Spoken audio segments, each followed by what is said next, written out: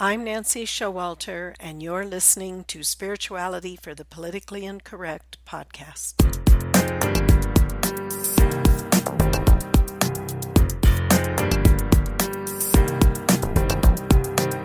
Welcome, all radical paradigm shifters and creative change makers.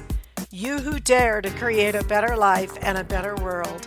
Tap into the power that resides within you and use that power for constructive change.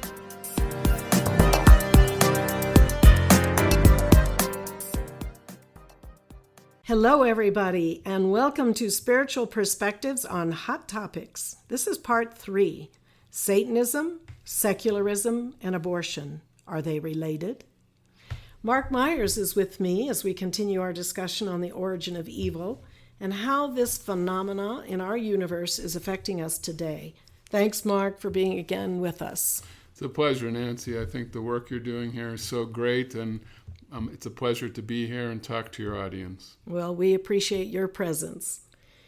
So just as a review, in our previous 2 episodes, we've covered our divine origins, where we are made in the image and likeness of God, the origins of evil, which is, we know in the ultimate sense, does not exist, but it does exist in the matter universe.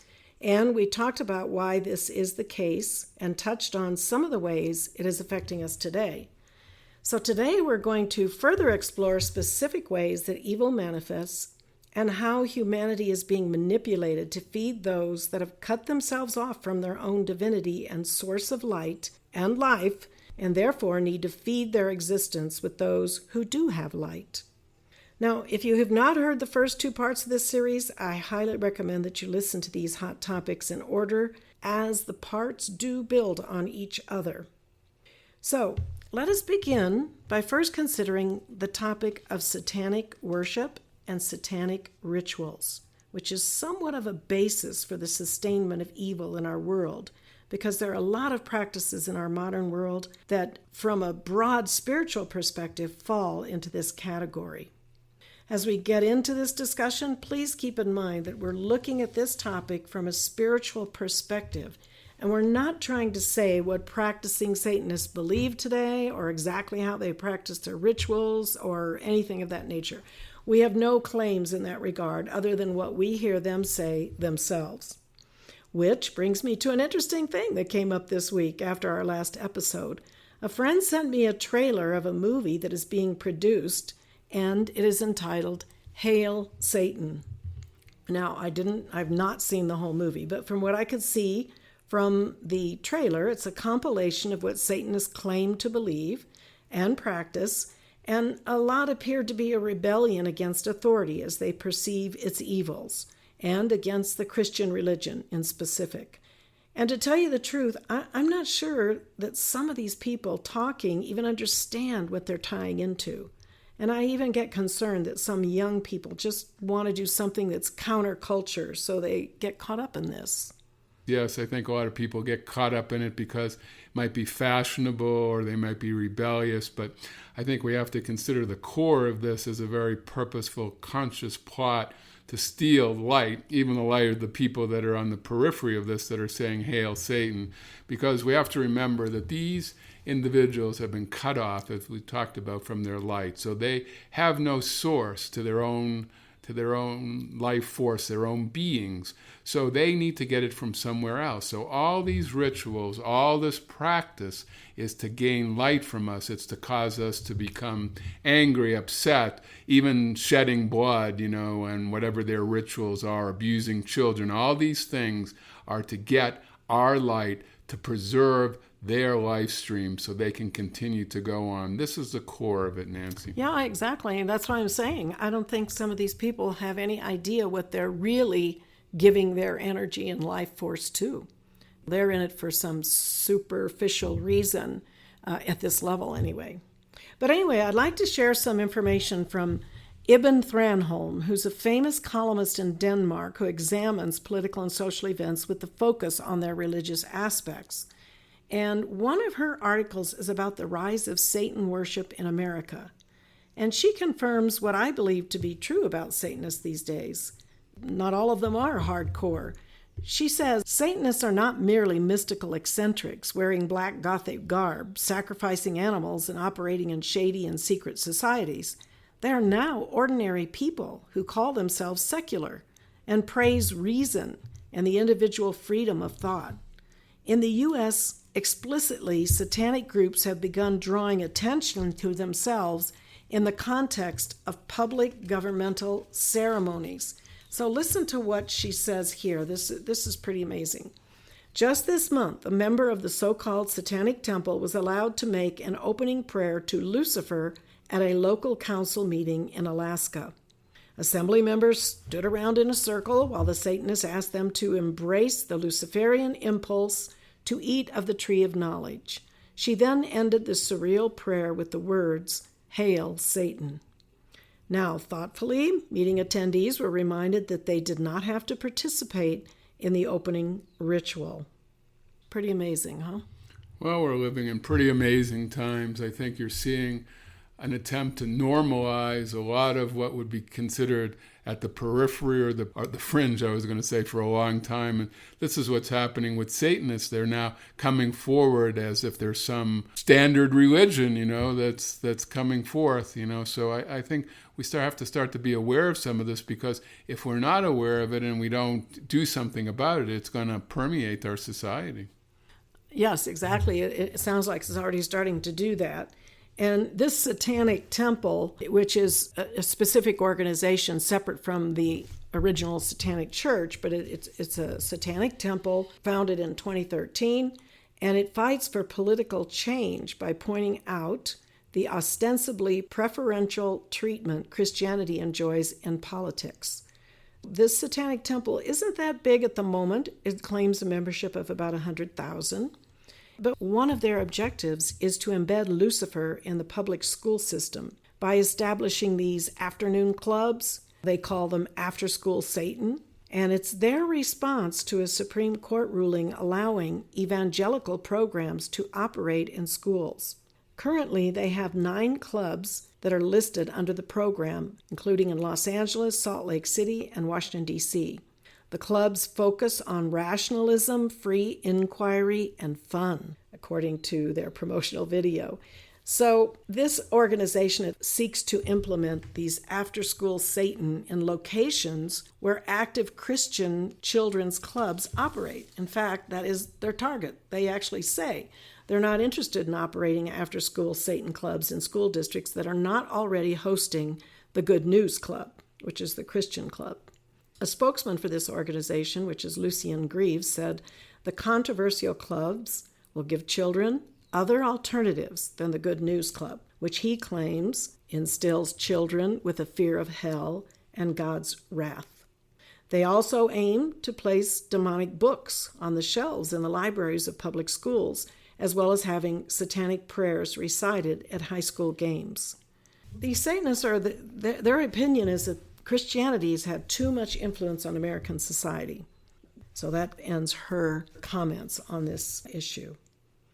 Now, what we're talking about is one aspect of Satanism, but the hardcore Satanists engage in many other demonic practices that steal light.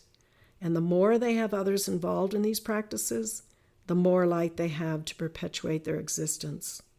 And these practices range from sexual abuse of children, which we've heard a lot about, hardcore pedophilia, which is starting to really come out and be exposed, and then these practices continue to human trafficking, to the much deeper aspects and hidden rituals of torturing and killing children, even eating them and drinking their blood, if you can imagine.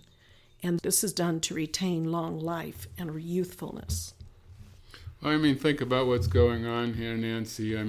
Not only we giving our light to them, but first of all, they're trying to juxtapose Satanism with Christianity and other religions that believe in God. So they're, trying to push this on us as it's just another alternative religion and that it can come into the schools. Remember also that their main weapon is deceit.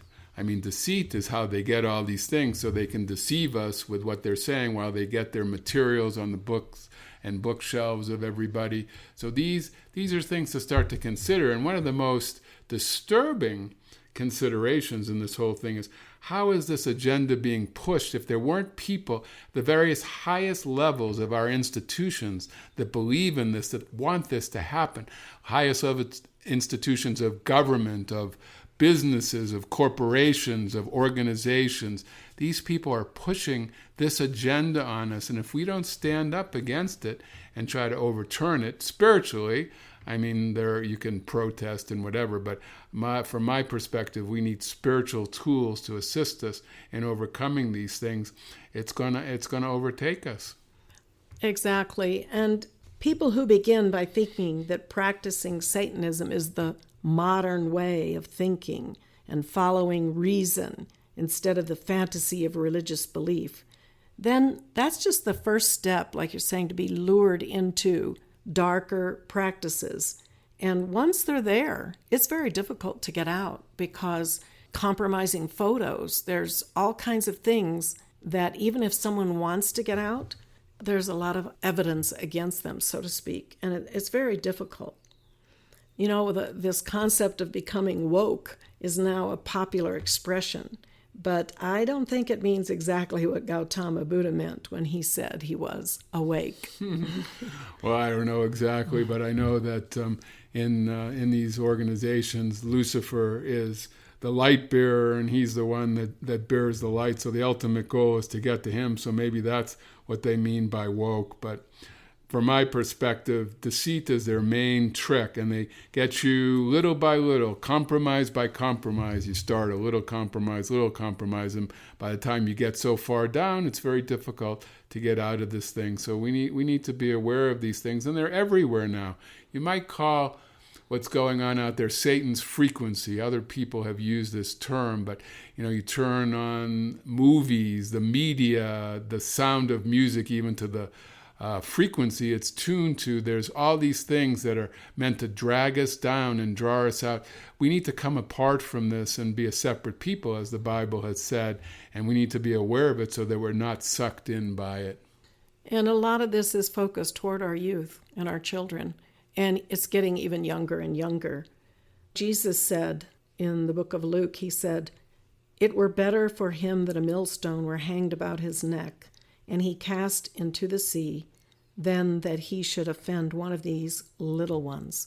So we know we have a great responsibility towards children, which brings up the topic of abortion. Let's look at it from a spiritual perspective that is rarely considered in our modern day discussions. We know that prior to each incarnation on earth, there is a plan. Each of us has karma to balance and lessons to learn and experiences that we must have in order to grow spiritually. And we also know that there's a great planning that goes into identifying parents and family members that we must be with to work out our karma or fulfill our divine plan, or both. Well, if you're talking about abortion, I'd like to say that souls come in, they have a divine plan to fulfill, they have a certain family that they need to come with, a certain group, certain mandala. There's all these things that have to be placed. I mean, it's an intricate plan. So abortion, number one, a satanic ritual. If you think about child sacrifice, that's one thing. But from the perspective of the soul is traumatized. It's lost its opportunity, and it may be thousands or tens of thousands of years until conditions are again right for it to come in. So this is a heinous thing to think about. Millions of souls that have been aborted through this satanic ritual, and what they're going through and what's happening to our planet. And if you think about it from a karmic perspective, I'm sure most of your listeners understand some level of karma. You've probably talked about that in past shows. But karma is really what we have to, what we've created, and what negative energies have been put out there. But we have a great karma to bear as individuals, as groups, and as a nation. This is an Achilles heel, we've been told, to us surviving. If we continue to kill our own children in the womb, how can we continue as a nation, as a planet, as spiritual beings fashioned in the image of God? It's inconceivable. Yes, and we also know that souls that are aborted, even if they do come back into that same family or situation relatively soon, they then have to deal with that pain and that record of being murdered, basically, in the womb. Yeah, a whole new karma they have to deal with. It's a whole new thing, and so it makes it even harder. So when we look from that spiritual perspective, it's very important to understand what is happening here, beyond just the moral question of it. I've always believed that giving birth that allows a soul to come into the world for whatever the purpose is, it's a sacred trust. We all come into the world this way. That's the only way to get here, helpless and dependent upon others, literally, for our life. There's no other way. So to deny life or to intentionally harm the defenseless ones breaks this sacred trust. I gave birth 3 times, and I can tell you it is a sacred opportunity to bring forth life. And I actually believe 100 years from now, or more or less, whatever, people will look back in unbelief, wondering, what were we thinking that we would rip our unborn children out of our wombs? How could we be so barbaric? I truly believe history will view it as a very dark time in human evolution. Liz of the Clare Prophet, the messenger for the Ascended Masters, she said, "Today we have slaughtered a whole generation of light bearers and Christed ones through our abortion laws. And what will happen in 10 or 20 years when the souls who should be there to lead us into the golden age are not there?" So the masters are very clear on this subject.